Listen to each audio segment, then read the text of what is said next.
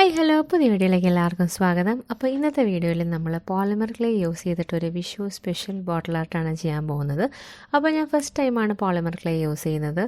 അപ്പോൾ സാധാരണ ക്ലേ പോലെയല്ല പോളിമർ ക്ലേ. നമ്മൾ പോളിമർ ക്ലേ യൂസ് ചെയ്യുമ്പോൾ അത് ഹാർഡൻ ചെയ്യാൻ വേണ്ടി സാധാരണ അത് ഓവനിൽ ബേക്ക് ചെയ്യാണ് ചെയ്യാറ്. പക്ഷേ ഇന്ന് ഞാൻ ബേക്ക് ചെയ്യാനൊന്നും പോകുന്നില്ല. ഇന്ന് ഞാൻ ജസ്റ്റ് ക്ലേ ഡയറക്റ്റ്ലി യൂസ് ചെയ്യുവാണ്.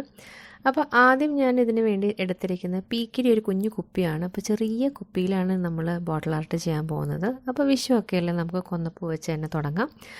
അപ്പോൾ ആദ്യം നമുക്കതിന് വേണ്ടി യെല്ലോ കളർ എടുക്കാം. യെല്ലോ കളർ എടുത്തിട്ട് നന്നായിട്ടും ജസ്റ്റ് ഒന്ന് നീഡ് ചെയ്ത് കൊടുക്കാം. അപ്പോൾ ചെറിയ പൂക്കളാണ് നമ്മൾ ഉണ്ടാക്കിയെടുക്കുന്നത്, അതുകൊണ്ട് വേണ്ടി ചെറിയ രീതിയിൽ ഉരുട്ടി നമുക്ക് ചെറിയ ചെറിയ ബോൾസ് ആക്കി എടുക്കാം.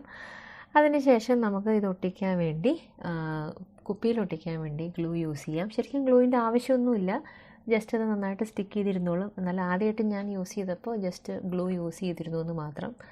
അതിനുശേഷം നമുക്ക് ഏതെങ്കിലും ഒരു ഡോട്ടിംഗ് ടൂളോ അല്ലെങ്കിൽ ഏതെങ്കിലും ക്ലേ ടൂൾ വെച്ചിട്ട് ജസ്റ്റ് പെറ്റൽസൊക്കെ ഒന്ന് പ്ലേസ് ചെയ്ത് കൊടുക്കാം.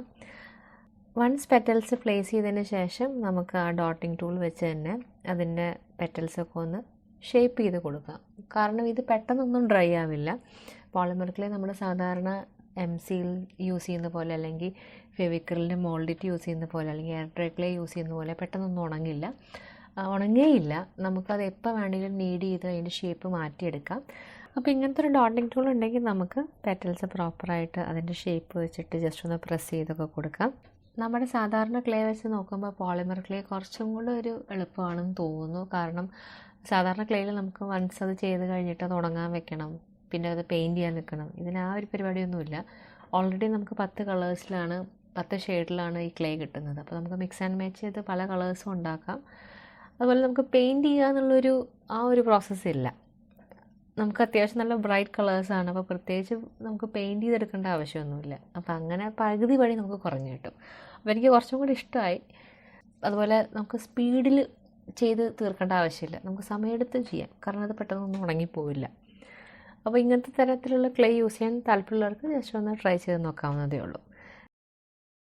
അതിനുശേഷം നമുക്കിനി ലീഫ് എടുക്കാം. ലീഫിന് വേണ്ടി ഞാനിവിടെ 2 തരം ഗ്രീനും അതുപോലെ കുറച്ച് യെല്ലോയും കൂടെ മിക്സ് ചെയ്തിട്ടാണ് ഗ്രീൻ ഷെയ്ഡ് എടുക്കുന്നത്. എനിക്ക് ഇതിലുള്ള ഗ്രീൻ അത്ര ഇഷ്ടപ്പെട്ടില്ല, സിംഗിൾ ഷെയ്ഡ് ഗ്രീൻ എനിക്ക് അത്ര ഇഷ്ടപ്പെട്ടില്ല. അതുകൊണ്ട് ഞാൻ കുറച്ച് യെല്ലോയും കൂടെ മിക്സ് ചെയ്തിട്ടാണ് ഗ്രീൻ ഷെയ്ഡ് എടുക്കുന്നത്.